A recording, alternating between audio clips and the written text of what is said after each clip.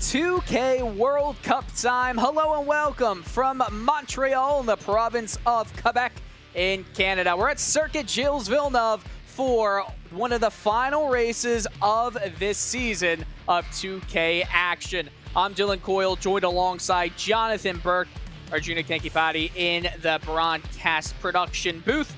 2.67 miles, this semi-temporary circuit. It almost feels like a typical street circuit from how close the walls are and how quickly it can catch you out if you are not prepared.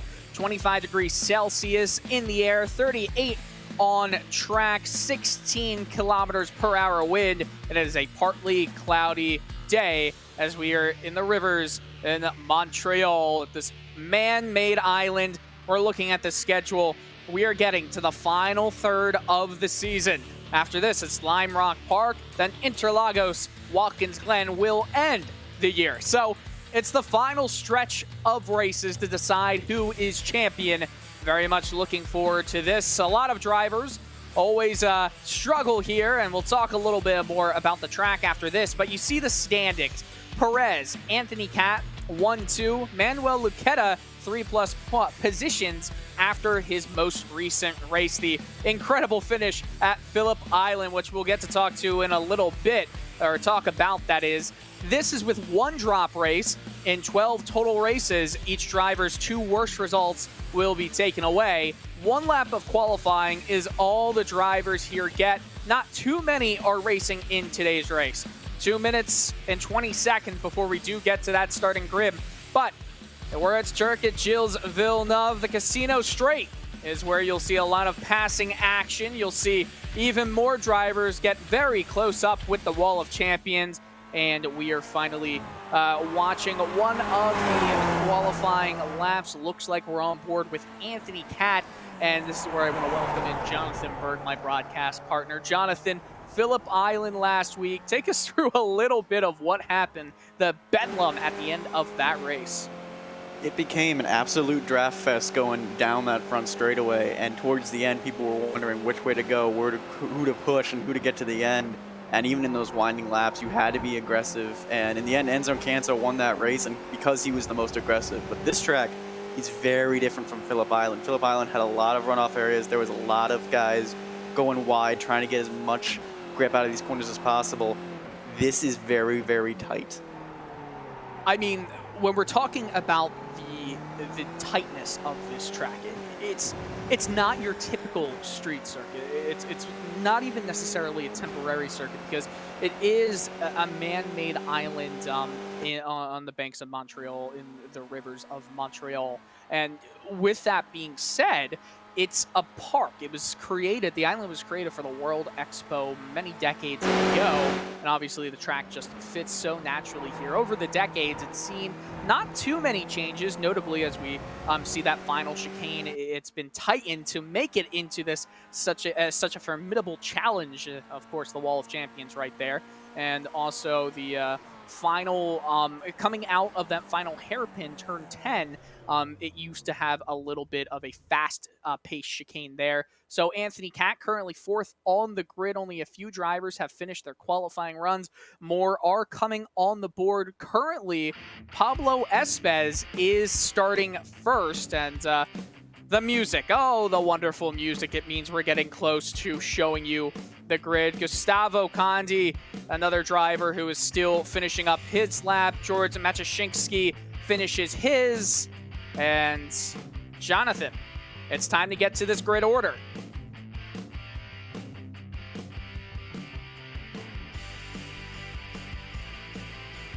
So Pablo Espez will be starting on the pole. A new name starting at front.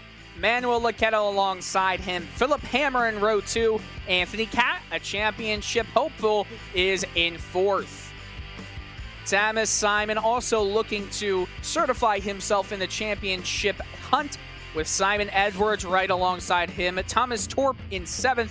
Danielle Kamari, is also alongside. Alexis Tapiavico alongside Rob Lomans. Danielle Fergarini starting just outside the top 10, with Chris McGowan a second and 8 tenths off the pole time. Jonathan Dance in 13th with Brandon Hawkins starting in 14th. No time set by him. George Mashashinsky, Gustavo Condi, Carl Drunke, and Don Parkus will be starting based off former times. So, that's the grid. It's a very small grid. 18 cars all lined up and ready to go here into that run down to the Senna S. Green is in the air, and we are underway here in round 9 of the 2020 Season 3 2K World Cup. Manuel Luqueta certifiably in second place as Philip Hammer and Anthony Cat go side by side in the Senna curve. Everyone going so far so cleanly. There is some battles though. Rob Lohmans almost went 3 wide coming out of that Senna S, and we're into the first chicane. All the drivers sliding around here. You're going to need to get those tires into the grass a little bit, but it is so easy to catch yourself off, Jonathan. It really is. You can even see through those first few corners there, everyone is really struggling for that rear grip, trying to keep the rear down and not, hit the wall or force any easy damage. Absolutely. Espes has pulled out to an early lead as well. He really was uncontested. Everyone else was fighting behind him. Espes is doing a great job. Manuel Luqueta, remember, currently sitting just outside the top 2 in points, is right there. And with the lack of so many competitors in this race today, it really presents a great opportunity for some other drivers to gain points they otherwise shouldn't have had. So we do have a battle for P3 going into the hairpin. Anthony Cat has inside position on Philip Hammer, and Hammer goes back to 4th. Cat goes into 3rd, where he was at the start, or excuse me, where he was right behind at the start of the race. But the draft-heavy Skip Barber Formula 2000 cars down the casino straight. The river, or the lake that is, right to the left. Just such a beautiful sight as they all come down to this feared final chicane with the Wall of Champions. Everyone going through it pretty well. It'll be hard to catch yourself off if you are keeping it very still without going on curbing, but it's so easy, and it looks like we have a driver who cut the course a little bit, and correct me if I'm wrong, but is that Pablo Espes? Yes, Espes had to give up time because it seemed like he cut the final chicane. Yeah, to get the fastest way around that chicane, you have to lift a little bit and go up on that curbing, and I think he got a little bit too much of that curbing, and that has cost him big time. He is now way down in the pack. Such a huge mistake. We're talking about drivers who don't necessarily get to the front, faces we haven't seen as we catch that replay. That's potentially a reason why, because maybe you've got that lap speed over just a single lap, and he had some really fast laps in practice. As a matter of fact, not only was he top in qualifying, but everyone took part in practice and had by far the best time, over a second ahead of his qualifying time. So that's an interesting one to note there. Everyone is handling this track so far so good.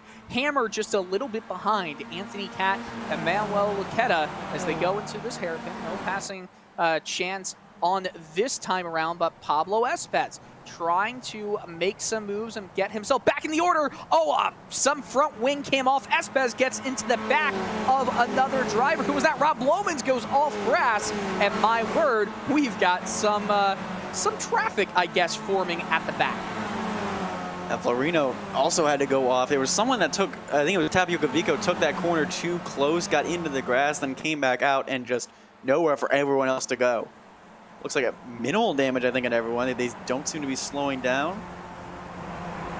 Lohmans is, and we have a possible issue almost getting into the Wall of Champions. That was Camareri, and they're going to go 3 wide. He was hit just from the back. We'll have to see exactly by who, but Brandon Hawkin, and it looks like Rob Lohmans, or excuse me, that is Pablo Espes, are all just dealing with some issues right there. I mean, it's nice when you're in front of the pack, Jonathan. You don't really have to worry about all of the traffic, but it can very easily get squished with not a lot of track space to go if you do have an off subway.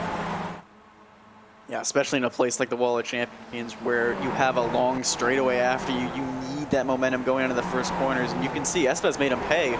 Those two getting loose, he got around both of them. And now he's going to go hunt for 8th, 7th, and 6th place. Some great action already in the early goings here. It's beautiful to see all these Skip Barber cars just racing around Circuit Gilles Villeneuve. You know, obviously we wish that we had a bigger crowd in the race today, but there is another open wheel race that might be of a little higher stature right now. And unfortunately, you can't schedule around something when it had already been scheduled. And then the Indianapolis 500 had its race rescheduled to this date as well. So it just happens to fall on this time, but I'm sure that every driver in this race who is an IndyCar fan, well, if they don't have the race on to the side of them that they can just kind of attention to, I'm sure that they're not even in this race right now. But we do have some action. Looks like in the very back of the field we have some action. No one wants to go through this final chicane to make a pass, but with the Casino Straight being such a long section of great drafting opportunity, you can get some good passes from there. We haven't seen anyone hit the Wall of Champions, but we have seen drivers have to slow down and give up some time. Thomas Torp is one of them. We see an attempted pass in turn 1 at the Senna S, and it's made very nicely, very easily. Some very appropriate driving from everyone so far in this race, I'd say, Jonathan. And Pablo Espes is putting on the passing class of the field. Like, there's some fighting over in the top 5 of the field, but right now, 36 has gotten into the wall a little bit. So the 36 has some possible damage. That's Camerari, and he's already struggling a little bit, using a lot of that right rear tire going around turn number 4, I believe that is, or actually, yes, that's turn 5, that is. But nonetheless, we'll see a replay here, and Jonathan, what you see? I just gets a little too much of the grass coming out of 4, and you can't do that. It's a big hit. I'm surprised he does not have any more damage. That rear wing is already damaged from earlier contact. So he might have to pit early and hope to get caught back up, or we might just have to wait out until the pit window opens. That could have been very costly if he went in there just a little harder than he did. But nonetheless, we'll go through the order right now as we're getting to the end of lap 4. Anthony Catt in first position. Manuel Luqueta right behind. Philip Hammer, for the moment, has P3. But Thomas Simon, will he make a move? He goes to the right, just underneath the Dodge Bridge. A potential move going into the final chicane. Has to back out of it. Again, it's hard to go too wide, but because he backed out of it and took a very poor line right there, Simon Edwards gets the traction out of the final corner. He'll have the inside line if he needs it, but he clears him and gets himself into P4. I'm really anxious to see how a lot of these top guys fare, because without Christian Perez, this is an opportunity for some of these guys to make up serious points. Now, how aggressive is Simon and Edwards going to be? They're further down in the standings compared to Anthony Catt. Philip Hammer is middle of the pack in the standings, but he can definitely, make some noise later on in the season. Like, maybe he can get a win out of this and get some good points. So it's going to be interesting as this goes on. Another thing that'll be interesting to note, the fastest lap of the race, a 1:53.923 for Pablo Espes, who we are currently on board with as he's trying to pass Alexis Tapia Vico at one of the longer, I wouldn't say straights, more like a curved straight line, so is it even a straight line, and he gets a good draft there. A little bit wide from Tapia Vico. Maybe he's going to have a run going into this final hairpin. This hairpin is turn 10. Not many corner names here at Montreal's Circuit Gilles Villeneuve, but this is turn 10. That little kink to the left is turn 11 before going on to another tiny little kink of turn 12. Yes, it's weird to look at the corner numbers here and see where it compares. We've got the track map up. They're all heading down the Casino Straight right now, the longest and probably the only straight section of the track. That's turn 13 and 14, the Wall of Champions. And I'm not sure if you knew this, but its formal name, the Quebec Wall. That's what it is actually called. But when you've got champions get involved right there, you tend to call it by its nickname, the Wall of Champions. Manuel Laqueta trying to make a move. He's not close enough. Got his right side tires into the grass a little bit. Talking about champions, Anthony Cat, he does not want to have his car smeared all over there, Jonathan. But this is the 7th race in Montreal of the 2K World Cup's 15 seasons. I know you did a little bit of research on everything around here, Jonathan, in the previous races. Any notes, anything that might come into play later on in this race? Most of these drivers have actually never finished in the top 5 of our current field of any of those races, even if they did compete in them. So Cat, Kanta, Cruz, Valero have been the only ones that have really competed in the points this year that have really competed. One note, though, was the last race, Simon Edwards got DQ'd for a lot of collisions. There was a lot of incidents for him that race. I'm sure he wants a better result this weekend, kind of to redeem himself from that poor performance of 2 years ago. That was in 2018, and remind me if I'm forgetting correctly, but 2 races happened on the same day in that season for the 2K World Cup in Montreal? Yes, it was a doubleheader weekend. Edwards did okay in the first race. It was the second race where he got caught out and caught up in several incidents. Well, it would have been nice to potentially have a double header maybe for the last race of the year, because this is obviously Indy 500 weekend. But nonetheless, we've got some good action that is yet to come in this 2K World Cup. It looked like there was a little brush with the wall from potentially Pablo Espez, but there's a move right down near the Wall of Champions. Brandon Hawken gets by Tapia Vico. That could have been very dangerous. Yeah, he wanted to make it stick. He's wearing the Bravano Racing colors, and Thomas Simon either has a problem or he may have cut the track. Well, I think it was cutting the track. I'll watch the replay on my own to exactly see, and it looks like, yes, it was just cutting the track. He's trying to yield the time up, and obviously it catches him out. You know, it's so easy to do that if you do get the final corner wrong. Pit strategy, we can talk a little bit about that. It's going to start to come up within the next 2 to 3 laps. Cars will dive down into the pits. Don't be surprised if it even happens at the end of this lap, lap 7.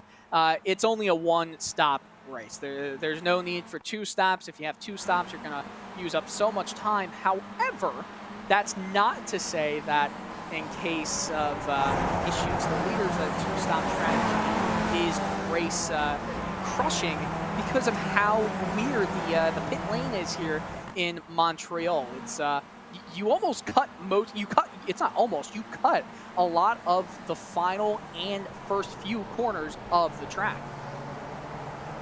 Yeah, so it's a shorter pit road than what we've seen in the past few weeks. So that'll definitely be interesting. One thing to note, however, I think our leader has a little bit of front wing damage. I don't know if that's going to affect him too much. He doesn't seem to be losing a lot of speed in the straights, but he's playing very defensive. So it's from the right front. I do wonder where that came from, but nonetheless, he's still in first place. That's the thing that counts. I wonder how that will affect him when he does need some straight line speed. Now, the thing about Circuit Gilles Villeneuve, you would see it more with a faster open wheel car. Maybe not so much with the Skip Barber cars, but with a faster car, aerodynamics obviously come into a bigger effect. However, there's not really any corners at this circuit that requires aerodynamic grip. There's some. So we catch a replay right here. We're watching Thomas Torp. He bounces over the curbing, sees a little bit of an issue, and then pulls to the side. I wonder if that's, oh, goodbye. Well, he is no longer in the race. So Torp has disconnected, that's interesting, but nonetheless, just how the race goes. But nonetheless, as I was just saying, there's no corners with the need for aerodynamic grip. just because there's no completely fast corners. But depending on wing angle for some cars, you can get a lot more speed down the straight line. It's extremely important in cars like a Dallara Indy car, but obviously we're not facing that situation here. Anthony Cat still in the lead, by the way. I wonder, however, if this is holding up Lucetta, Hammer, and Thomas Simon. Oh, that's not Simon, that's Edwards. Because Espes is getting noticeably closer and closer through each corner. I really wonder if it is affecting the straight line speed and preventing these guys from pulling away from Espes. He's all by himself, does not have a draft partner. Well, Manuel Lucetta gets to the left side. He has no more draft, though. He's going to face the full effect of wind speed. Philip Hammer and Simon Edwards comes, and look who's peeling off into pit lane. It's Oh, Lucetta, no. All three of them, all three of the leaders. All three of the drivers fighting for P1 along with Anthony Cat. Huge damage, and Simon Edwards peels off into pit lane, almost went backwards to get there. That was a calamity into not even the wall of champions. Oh, and almost comes back on the track and hits a few more cars. That is disastrous. Look at Tapioca Vico, I think, had the best save I've seen in a long time. As Hammer goes into the wall, he just drifts right. Well, that throws the entire race upside down, and it helps more than anyone. Anthony Cat is out on the track again. I wonder if he's going to have anyone to deal with once he comes out of the pits. Look at that avoidance from Tapia Vico. As you see the wing bouncing, and sees the 199 machine of Brandon Hawken move next to him. Manuel Lucetta is currently in first place because of that incident. We're watching it from Hawkins' point of view to see exactly what he saw. Now, Lucetta, by the way, has lost his rear wing, it appears. We see Hawken. Oh, look at that drift. That is an incredible save, and just very unfortunate with everything else that happened. But Lucetta, he's missing a rear wing. That's going to really hurt at some areas. Not as much if we're talking about tracks like Silverstone. Brandon Hawken already on the back of him. You know, I do wonder, Jonathan, will the lack of a rear wing help him when he's trying to go down the straight? Obviously, not right now, and he might have a lot more damage than just that. Oh, and they're getting really close together right here. This is a harrowing situation, almost coming together into the rear end of Rob Lohmans, and I believe that's Tapia Vico as Hawken and Lucetta peel off into pit lane. So Bedlam is what we have to say. I think one key thing that I don't think we've noticed so far is that I think Espes went down the pit lane when that calamity was happening, and now has full view of Cat, who should cycle back to the lead when this is all said and done. Well, Pablo Espes, who, as a matter of fact, it might have been better for him to have fallen back earlier in the race so he was involved in that incident, but you're absolutely right. He is right behind Cat. Now, I do wonder what the situation will be for anyone chasing. Manuel Lucetta is back out onto the track and is not within striking distance, but he's close enough where he doesn't have to worry about any more issues with drivers in front until at least he catches up to P2. Brandon Hawken, though, he's all of a sudden into P4 from a provisional P4, I should say, from his 14th place starting position. Jonathan Dance, I'm not sure if he went into the pits the last lap. I don't think he did, but he's currently in P5 at least, what it's showing on the timing screen. Again, I don't think he was in the pits. We'll have to see because, you know, pit stops and timing loops all get sorted out at the end of a pit cycle. But we're on lap 10. Tapia Vico is your leader for now, and if there's anyone besides Cat who might be in the best case scenario, well, it might be Tapia Vico. Lohmans is going to the right, down the casino straight. Is he going to get the move done? It looks like they just go straight into pit lane. Oh, that was a little bit hard on the brakes. Big lockup. Oh, is that going to cost him? We'll have to see if he is held up for a longer period of time. But nonetheless, Simon Tapiavico is in. Manuel Luqueta, will he be able to get some good time here if he's going to duck down into the pits? Not sure if he just went. I think he did. He is going past pit lane over the curb, and he just went in the previous lap. But here comes the lead. Here comes Cat, and here comes Espes. So these guys will have a comfortable margin over the guys that just recently pitted, especially since they have to stay still longer to fill up more fuel. It's one of the hardest things when there's an incident with all the leaders and you have to deal with provisionally who's in first after when it's in the middle of a pit stop cycle. But we can tell you right now, Anthony Cat is the leader for sure. Cat passed the start finish line. He was in 4th place, but passed all the drivers that went into the pits. So what we've currently got is Anthony Cat in P1, Pablo Espes right behind in P2. Rob Lomans is sitting in P3 with Tapiavico hot on his gearbox. We'll see if he's able to get the move done going down into this chicane of 8 and 9. It's this long straight, probably the second best passing area besides the Casino Straight, and maybe third if we're talking about the run down into the Senna S. Isn't able to get the move done. Will it be a battle of the last of the late breakers here going into turn 10? The hairpin.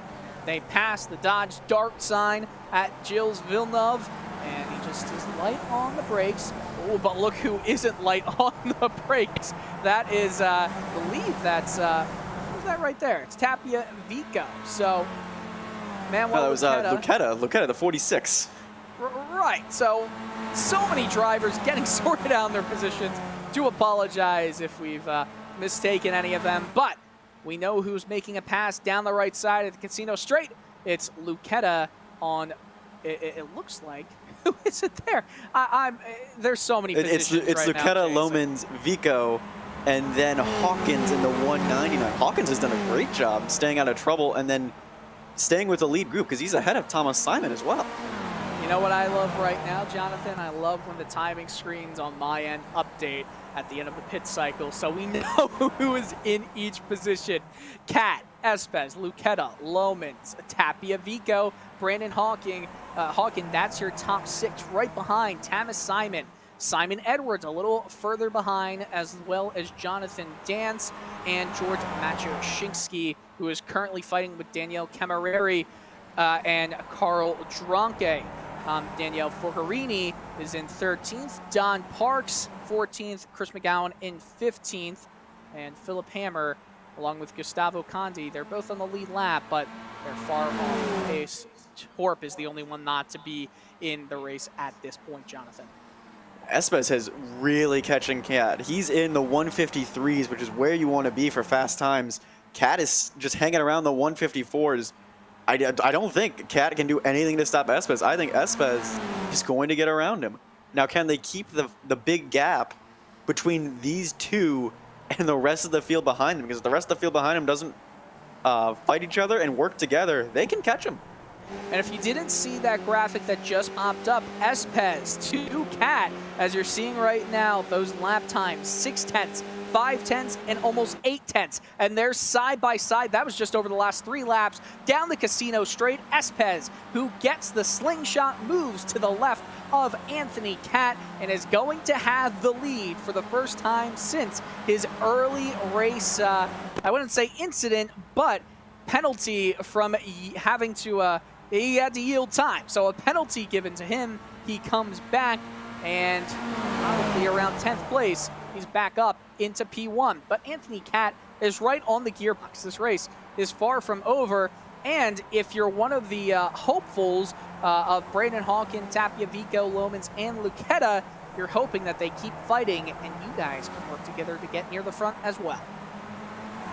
Yeah, right now it seems like they're single file kind of, waiting it out a little bit. The gap is still pretty large, 4 to 5 seconds, and they really need to get good laps here. Again, if Espes is in the 153s, that is quick times. Those are almost qualifying laps. So we got 5 seconds between Cat and Lucetta.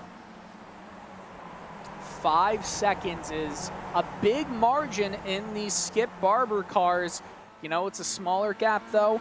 That 4/10 gap between Cat and Pablo Espez.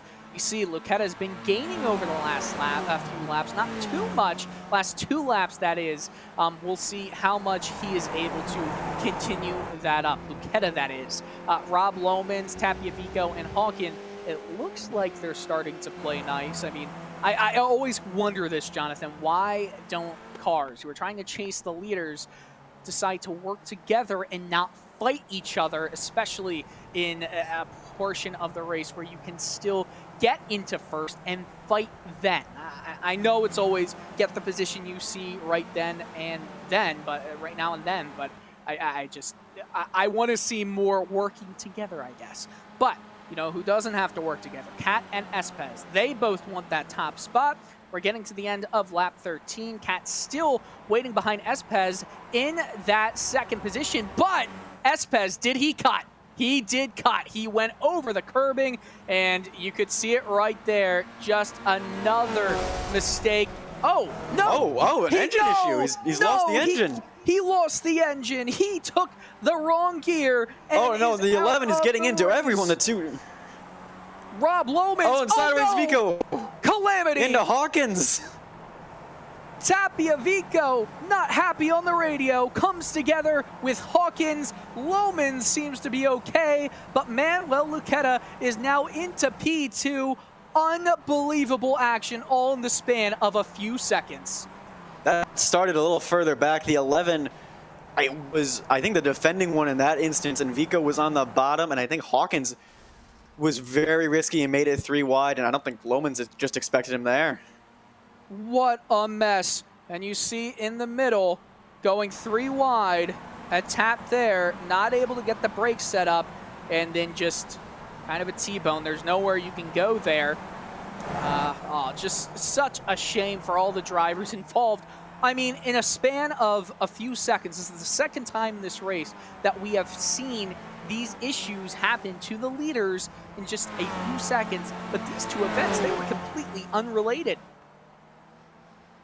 I mean, it's maybe just the bad luck of the lap, I guess. I really don't know, but now we have a whole new Bob game. Lomans is now in 3rd. We don't know how much damage he really has. It doesn't show too much of the wings, but he has Thomas Simon, a championship contender, right on his tail, and Lucetta a little further up the road. So this is going to be interesting now. If they can work up and work together, maybe they can chase down Cat, but it's a big 6-second gap. It's going to be massive. If you're asking me, Cat, there's still time left, but it looks like he's got this in the bag. 6 seconds above Lucetta. It's growing even more, and you see Simon also now into P3, that is, the 99 machine.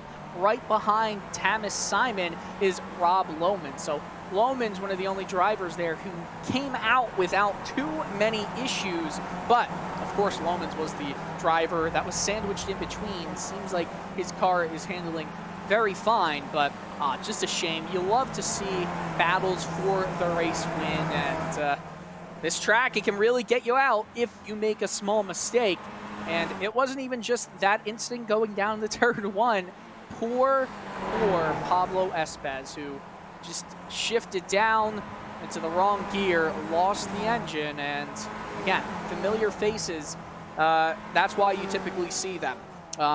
Such a shame. What a great race that he was having. This is a great track for him. Just couldn't get it done. No, and he worked his way from 10th all the way back up to 1st after getting that earlier penalty for going over the curbing too much. So it really is a shame for him, but however, it's very unfortunate, at least for Cat, that not only that your closest rival, Espez, goes out, but that the half of that mid-pack that was fighting behind you has issues. So now you're pretty secure unless you get a timing penalty. So now Cat really has to be careful. 36 appears slow again. I'm wondering if he cut the track or has had a bit of an issue. Might just be cutting the track, but we'll see how he handles going out of 10 into the 11 and 12 inks on Casino Straight. I think he's fine, but we might see a pass for position number 3. And Rob Lohmans just speeds right by Thomas Simon. Simon just, I don't want anything of a side-by-side battle with the Wall of Champions looming to the right of us. And believe it or not, the Wall of Champions has not taken anybody out, knock on the fake wood in front of me yet. It's just been that final chicane that has been disastrous for some drivers. But you see that gap. It's not going down, and if anything, it's going up.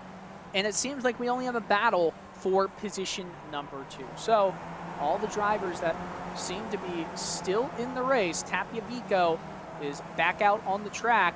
Only 16 drivers currently on track and in this race. Here was a good battle, though, between Matt Straczynski and Dance. They're towards the middle of the standings, running around 8th and 10th in points. Dance, unfortunately, had a bad week last week, got 0, and lost from 10th to 13th in the standings. He really does want to make it up. So this is a good chance right here with some of his other contenders out to gain some good points. Lucetta trying for the dive bomb, almost completely lost control of that car. Or, excuse me, that was Rob Lohmans. Lucetta was, oh, he could have been the mad driver this go-around if that pass attempt did actually come to fruition. Thankfully, they all live to fight another lap, but look at that gap between Cat and Lucetta. The race for first, as long as Cat doesn't have any issues in the final 2 laps of the race, it is well over.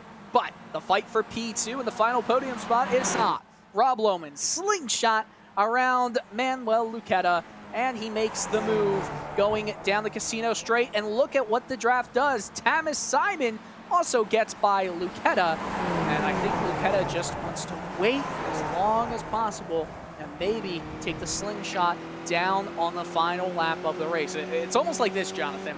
If you do not have the position, or if you have the position, that final lap down the casino straight, it's almost like you're the odds-on non-favorite to stay in that position by the time the flag falls. Yeah, it's going to be about like planning your move well in advance. Maybe Lohmans has taken a book out of Anthony Cat and is going to be real towards that inside wall, trying to avoid the draft and trying to avoid getting a big move done. Or maybe he just wants to be as aggressive as possible and stay out in front. It's really up to the drivers how they want to drive. We saw last week Lucetta was very, very aggressive late in the draft. So maybe this is just a move of, hey, I'm going to wait this out. You two can fight for a second, and then I'll gladly take second place if you two have an issue. And just to know that Brandon Honkin currently in P14, exactly where he started the race, with Alexis Tapia Vico in 16. Gustavo Condi not having the best of races. He's currently down in 15. So those are some of the drivers involved in that incident. Penultimate lap right now. Anthony Cat looking to certify that championship run for him with 3 races remaining after this one. He is well in the lead and on the way to get not maximum, but pretty close to the maximum number of points you can get in any one race session. What we have, though, is a fantastic battle for P2 and the final podium spot, and it might be a 4-way battle if Simon Edwards is able to catch up at the end of this lap. Manuel Lucetta watching as Simon flies by Rob Lohmans for P2. Does he have too much juice, though, going into that final chicane? Gets close to the wall, but is okay. Manuel Lucetta, he's in the pits. What happened there? He honestly might be out of fuel. He was one of the early takers and might have just not gotten it full of fuel before he left. That could be a miscalculation on his part. Oh, no. Well, is that a potential issue for any of the other runners? Could that be an issue for a driver like Anthony Cat? I don't think he was one of the earlier pitters. Actually, he might have been. He might have been. So we'll see. The gap fell down that time around. We're on the final lap. Is there still drama to come in this quick and low-populated race, Jonathan? And then these two fighting have brought in Simon Edwards. Simon Edwards could be on board for a podium, and he's been very quiet for most of the race, just kind of minding his own business, and now all of a sudden could get some big points. Absolutely could get some big points. Now, Anthony Cat is definitely fuel saving, just so you're aware. He got to the end of that straight at probably 105 miles per hour, as there's a little bit of a wiggle there too. And Cat is trying to hold out as long as he possibly can. He's close to getting first. He just needs a couple more tenths of a mile to get to the finish line, just coasting. But we have a battle for P2 as well. It's going to be immense as they run down the Casino Straight. It's going to be either Simon, Lomans, or Edwards in P2. Anthony Cat, he is close to getting to that checkered flag and the finish line. He seems to be fine on fuel, but these three drivers, who is it going to be for P2? 3 wide as we head to the final chicane. Cat is through very cleanly. Timus Simon has to peel off. Anthony Cat is going to be your race winner, and it looks like Rob Lomans is in P2, the final run to the line. And Tamis Simon alongside Edwards. It's Tamis Simon who gets into P4 because Simon Edwards finishes on the podium. My word, that was a great ending to the race, Jonathan. And it was unfortunate that they had to, the Wall of Champions has gotten someone towards the rear. No. Looks like, I want to say that's Jonathan, no, it's Forgerini. And he will limp home in 9th place, somehow able to retain a top 10 finish. Well, I'm going to watch the replay on my own here. Hopped completely over the curving. Oh, man. We'll have to check that out. But Wall of Champions, it would have destroyed his race if it wasn't for it being the last lap of it. But nonetheless, Anthony Cat is your race winner. And the 242 car is the final on track, and Alexis Tapia Vico still running right now, but he is the final car to end this race. And this means race results, Jonathan, and we'll have to talk about how it affects the championship. And it's unfortunate that as we watch Vico come towards the end, it's unfortunate for him. He was running so well, and just that incident going down into turn 1 with Lomans, it was Lomans and the other car of the Marino Racing. That was just unfortunate for all three of them. And as Tapia Vico crosses the line, it's official. Anthony Cat finishes in first. Look at that gap, though. It fell down, and if we had another final lap, we might have seen a race for first turn into something. Rob Lomans gets P2. Simon Edwards gets the final podium spot. Just 0.03 of a second. Tamis Simon. Not quite your 4-way finish last week. 2 weeks ago, that is, but still a great one. George Matushinsky, 15 seconds behind. Carl Dronke, the New Jersey native, gets into 6th. Danielle Camerari in 7th. Manuel Luqueta in 8th. Danielle Fuggerini, 9th. Chris McGowan is your P10. Don Parks, Jonathan Dance, Philip Hammer, Brandon Hawken, Gustavo Condi, and Alexis Tapia Vico all finish on the lead lap. The only drivers to not finish the race also didn't finish on the lead lap: Pablo Espez and Thomas Torp. Such a shame for those two, especially with Espez. But a good race, a good finish, and a lot happier, I think, with the end result than it would have been otherwise if it's another day, another small field like this. Great for Anthony Cat. This is great for his championship run, but also for Tamis Simon to really get back into it as well. He was falling behind in recent weeks, and now with a good finish like this, as well as for Simon Edwards, this is great. Well, Christian Perez, we didn't see him in this race, and you know why that's important? Because 2 races of his, he did not get any points at Spa, the first race of the season, and he didn't get any big points in the round 4, 14 points at that race. You're basically looking at his 2 drop weeks already being in position. Meanwhile, Anthony Cat, his worst result was a 37-point effort in round 6. Wow, this is going to shape up to be a great finale in the final quarter of the season. Lime Rock Park in 3 weeks' time, an extended vacation, if you will, before we go to Interlagos and Watkins Glen to end the season. We've had a blast bringing you this race here at Circuit Gilles Villeneuve. I'm Dylan Coyle alongside Jonathan Burke, Arjuna Kankipati in the production booth. We say so long and let's watch some Indy racing.